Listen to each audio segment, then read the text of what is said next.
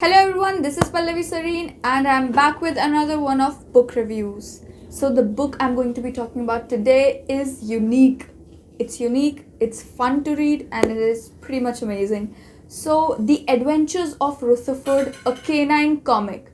Can you imagine a book from the perspective of a dog? It definitely reminded me of the movie Isle of the Dogs, but it is somewhat different from it because Isle of the Dogs is more gloomy, more melancholic, and like dark comedy. But The Adventures of Rutherford had a different style to it. So, Rutherford is a basset hound, and when it meets with an accident, two of its legs are broken.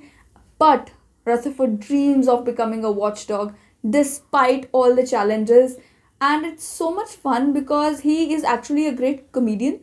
Can you imagine a dog doing stand-up comedy? It was like hilarious when I was reading about it, and all those dog jokes, if I read them out loud to you, you would be amazed. That is why I thought that I wanted to share about this book with you, because the writing was so amazing. But there were other aspects of this book which I liked more than the characters. I mean, Rutherford is a great character, don't get me wrong. I loved the way he talked, I loved the way he joked. I loved his optimism, like he wanted to be a watchdog despite being disabled. And some of the ups and downs in his journey were just incredible to read about. Like, when all hope is lost and you believe that the purpose that you're born for, you're not going to achieve it, and you just need some motivation on the go. So, all those things just came naturally to him. And what happened was that he gets separated from his friends Marge and Boomer.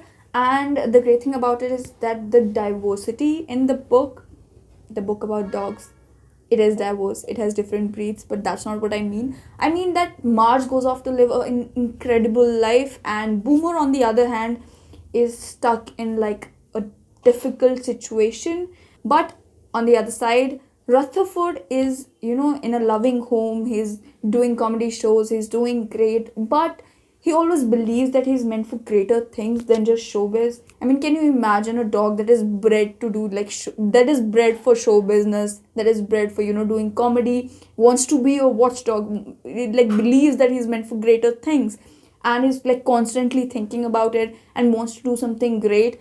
And like one of these scenarios in the book also reminded me of something, that when you're in a great situation, after coming out of a terrible situation, you should never forget the people who were there with you through the deep end.